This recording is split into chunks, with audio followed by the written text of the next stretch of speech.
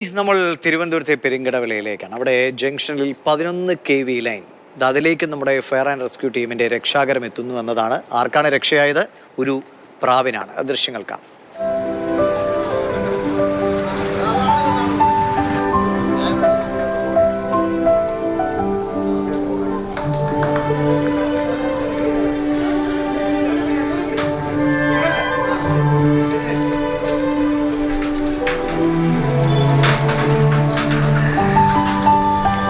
ആ ദൃശ്യങ്ങൾക്കൊപ്പം തന്നെ ജിബിൻ നമ്മളോട് കാര്യങ്ങൾ പറയും. ജിബിനെ, നമ്മൾ ഇപ്പോൾ കാണുന്ന വലിയ ഒരു രക്ഷാദൗത്യത്തിൻ്റെ മുൻപിൽ എങ്ങനെയാണ് നമ്മുടെ ഫയർ ആൻഡ് റെസ്ക്യൂ ടീം നിന്നതെന്ന് നമ്മൾ വയനാട്ടിൽ കണ്ടുകൊണ്ട് ഇരുന്നതാണ് ഈ ദിവസങ്ങൾ അത്രയും.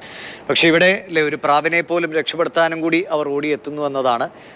ഓരോ ജീവനും വിലയുള്ളതാണെന്ന് വീണ്ടും വീണ്ടും നമ്മളെ ബോധിപ്പിക്കുന്ന ദൃശ്യം. ഇതെപ്പോഴായിരുന്നു? എങ്ങനെ അതിനെ, ഒരു പ്രാവിനെ എങ്ങനെ കരുതലോടെ വീണ്ടെടുത്തു?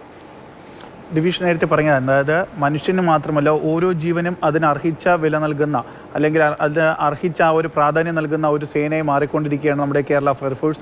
നമ്മൾ കഴിഞ്ഞ കുറച്ച് നാളുകളായിട്ട് അതിൻ്റെ തെളിവുകൾ നമ്മൾ കണ്ടുകൊണ്ടിരിക്കുകയാണ്. ആമേഴ്ജൻ തോടിൽ ജോയിക്കായിട്ടുള്ള തിരച്ചിൽ, അതുപോലെ തന്നെ വയനാട് ഉരുൾപൊട്ടൽ മേഖലയിലുള്ള ഫയർഫോഴ്സിൻ്റെ സേവനം. അത്തരത്തിൽ കഴിഞ്ഞ കുറച്ച് നാളുകളായി കേരള ഫയർഫോഴ്സ് ഓരോ ജീവനും നൽകുന്ന വില എന്താണെന്നുള്ള കാര്യം നമ്മൾ വളരെ വലിയ രീതിയിൽ തന്നെ കണ്ടുകൊണ്ടിരിക്കുകയാണ്. അതിനിടെയാണ് കഴിഞ്ഞ കുറച്ച് ദിവസങ്ങൾക്ക് മുമ്പ് നെയ്യാറ്റിൻകര പെരിങ്കടവിളയിലും ഇത്തരത്തിലൊരു സംഭവം ഉണ്ടാകുന്നത്.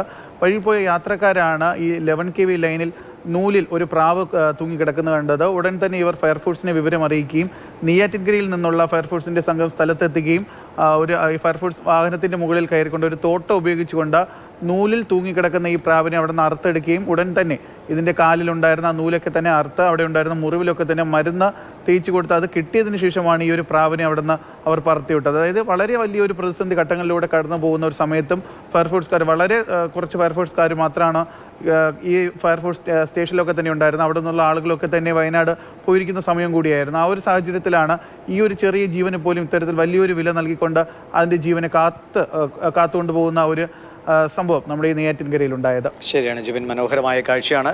നമ്മൾ ജീവനെ അല്ലെങ്കിൽ ജീവിതങ്ങളെ എങ്ങനെ തിരിച്ചു പിടിക്കുന്നുവെന്ന് കണ്ടുകൊണ്ടിരിക്കുമ്പോൾ ഇതും കൂടി അതിനൊപ്പം ഒരു ആശ്വാസ വാർത്തയാണ്. ശരി ജിബിൻ, കാണാം.